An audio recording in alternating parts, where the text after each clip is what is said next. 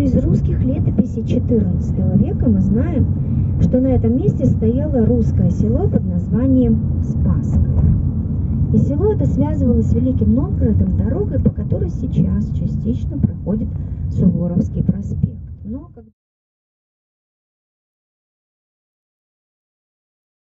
Елизавета стала императрицей, она заказала постройку монастыря архитектору Растрелли.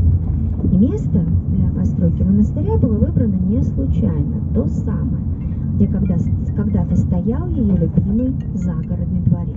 Флагом наверху, вот здесь, вплоть до 1917 года, располагался Институт благородных девиц, а в 1917 году он был вытеснен оттуда Советом народных и солдатских комиссаров.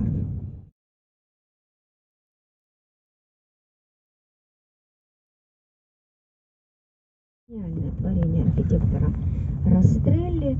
По бокам квадратом таким построенные корпуса, там жили девочки, а по центру Воскресенский собор.